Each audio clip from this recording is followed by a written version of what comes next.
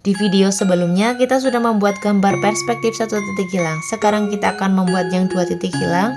Kita masih menggunakan garis horizon yang sama. Untuk membuat dua titik hilang, kita membutuhkan dua titik sebagai acuan. Kita sebut sebagai titik hilang satu, dan di sini titik hilang yang kedua. Berbeda ya, kemarin kita menggunakan satu titik untuk membuat objek, sekarang dua titik. Nah, kita akan membuat garis vertikal yang memotong tepat di garis horizon dengan panjang yang sama. Saya masih menggunakan ukuran 4 cm, 2 cm di atas garis horizon dan kemudian 2 cm di bawah garis horizon.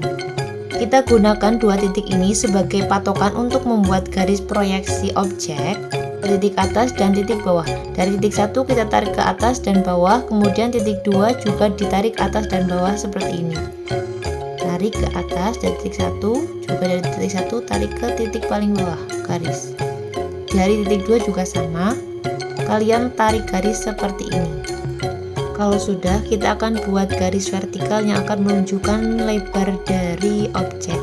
Kalian bebas mau buat berapa ukurannya.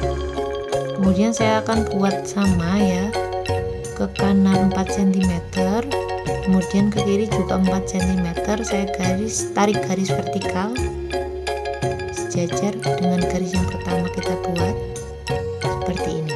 Akan terbentuk titik yang baru ini 1, 2, 3 dan 4. Nah, titik ini kalau kita tarik dari titik 2 itu masih sama, titik 1 juga tidak bisa, maka kita tarik garis berseberangan. Contohnya ini titik 1, kita tarik garis dari titik yang dekat dengan titik 2 balingan atas.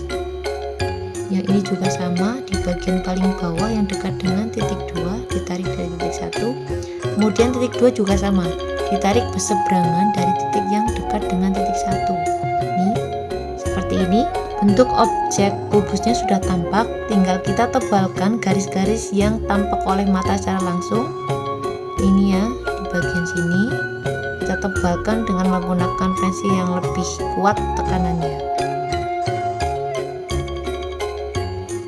Dan untuk rusuk-rusuk yang tidak terlihat oleh mata secara langsung, dapat kita buat garis-garis yang putus-putus seperti ini.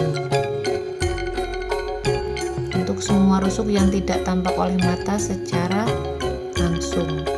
Ini ada perpotongan garis yang hampir sama jadi nggak kelihatan ya. Saya buat garis-garis bayangan untuk menunjukkan objek yang tidak terkena sinar atau gelap. Sudah jadi untuk sudut pandang mata normal, tinggal kita buat atas dan bawah. Hal yang kita lakukan sama, kita akan membuat yang bagian bawah dulu atau sudut pandang mata burung. Semakin jauh jaraknya dari objek utama atau dari garis horizon, maka bentuknya akan semakin melebar. Saya masih sama membuat ukuran 4 cm untuk rusuk utamanya. Kemudian titik atas dan titik bawah kita sama, tarik dari kedua titik yang menjadi acuan. Ini dari titik 1 dari atas, juga dari titik 1 ke titik paling bawah objek. Dari titik 2 juga sama, kita tarik garis proyeksinya ke titik paling atas, juga ada ke bawah seperti ini. Kemudian ada pertemuan kedua garis menghasilkan titik, kita tandai.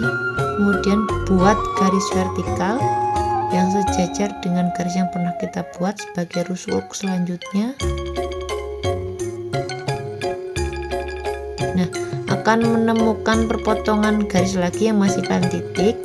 Kita tarik lagi dari titik 1 ke titik yang baru terbentuk, juga dari titik 2 kita tarik